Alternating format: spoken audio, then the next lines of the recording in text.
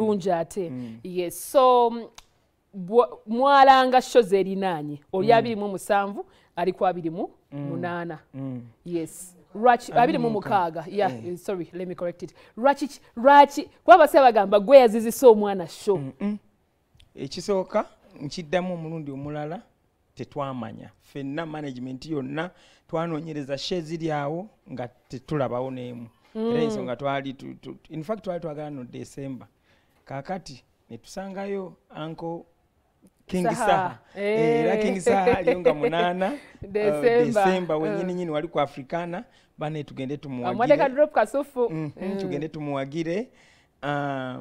Ne tulabanga wonna tewali. Ne tugenda mu ne tuzuula watali ne tugenda mu January nga 27. Kwa twali tusobola mukeera kuzina ennaku ezibeerayo enkulu. Tugenda mu 27. Kubanga nze Fik Fameica nankubirako nangamba nti bangambye olinayo nga 27 kituufu. Konze ya kituufu nina partner gwe nafunye agenda ko ye kankuddire.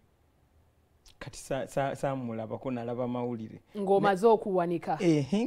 Nga maze okuwanika already. Nalyoka kubira. Nalyoka nkubira. So bwatanzirira nalaba mawulire ng'agenze ng'ayogera byali ayogedde.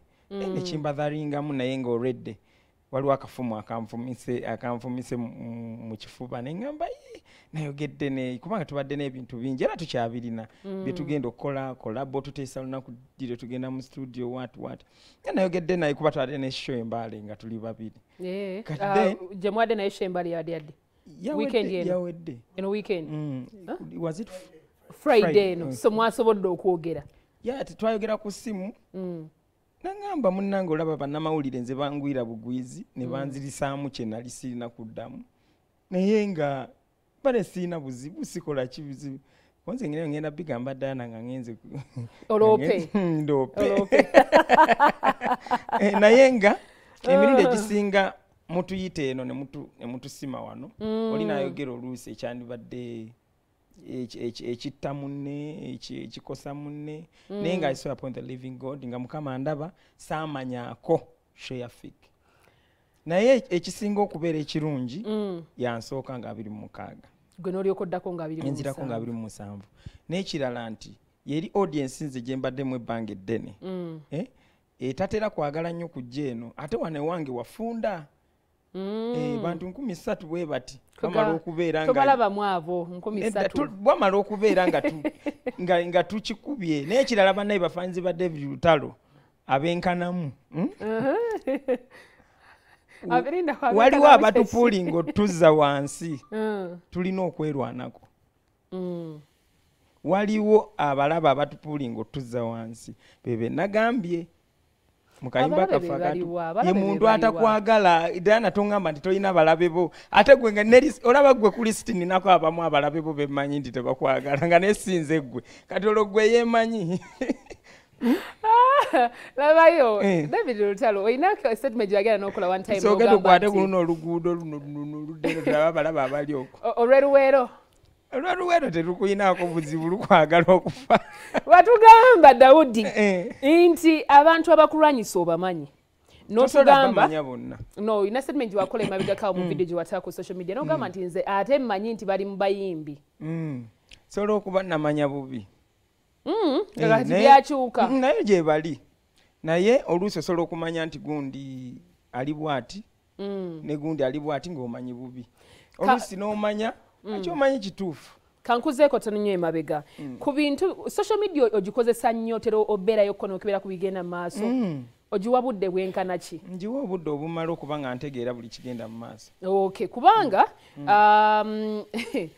Fiki ono Fiki yatimba bwamala okutimba like ayita naba kukonfaminga bukonfaminzi kati kyesinaba tegeera yamala kutimba before n'alyoka kubira akasimu nakugamba mukulu tukoze tutya oba golozani yasooka munno okubanga amanyisa abantu nti ddala nina show lozani yasooka mundowoozayo omanyi show emindi egisinga abantu bagitegerera ku page ya Facebook wabawo bintu bingi ebiraga nti show egenda kubeerawo kati emindi egisinga ba artist tukola ensobi n'oteeka ku page yo nekigwerawo. That's true. Ate nga wabeera abantu bangi abatannaba kumanya abatannakitegeera nga nze omu ku baali bo.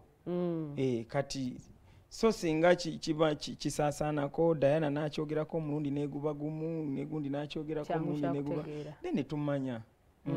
Naddala nga nze yatayina gwe baali basuubira obutaddako mangu bwe bati waliwo yakola comment n'agamba David Lutalo alina omululu biki addira atya nga yakamala sho ate n'akomyewo atwogere eno giri emyezi 4 kyokka yakera ku mulimu buli lunaku nagulawo edduuka lye n'akola kyokka nze amaze emyezi 4 sikola nzigwagamba omululu so ndi hard working. Ate nze awali obuzibu emirundi egisinga nditekitingawo omukisa. Kyova olaba nti wayangwa mangu otuwa babongo otwani wali bamufulumya dda wamukola mu kaseera ako kyajja kitya? Olimba Katonda yalumpeeraawo. Yalumpeeraawo. David. Ate n'ekiro kimu. Nga nkugambye nti nze nkola kiro. Teruli ku ezo ze wali waterekutuwa? Nedda. Era zino ndi mu kusala ntotto ngambe nzibawadde ntya. Mwe embeera gye wali munoga kan creating wakayimba. Babongo tolo kijjawa, how did it come about? Kubanga ekisooka ndi musabi manyi Katonda engeri gyayagala tusabire mu balabe baffe. Katonda tayagala tunenangane nnyo na balabe baffe kola kino genda oli bwagamba nti olinga kino nawe n'omugamba nawe olinga kino n'omugane n'olinga lyo nawe olinga kino ekyo sibye ne mwekwata mu malaka Katonda sibye asinga okwagala. Katonda ayagala nnyo ffe tubasabire bulungi kubanga tunaabanga tukumya omuliro ku mitwe gyabwe. Oli wa ddiini ki? I'm a born again Christian. Osabirawa? Nsaba buli lunaku.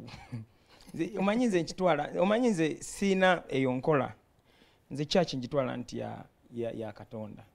So wonna wenkyamye olitambuuza nga lwaki ogenze wano. Lwaki ogenze wano wa pastor Bugembe nsobola ogendayo wa pastor Bujingo nsobola ogendayo wobo yagadde church yonna Katonda wempulidde nga njala genda kusaba nina okukyama mu church.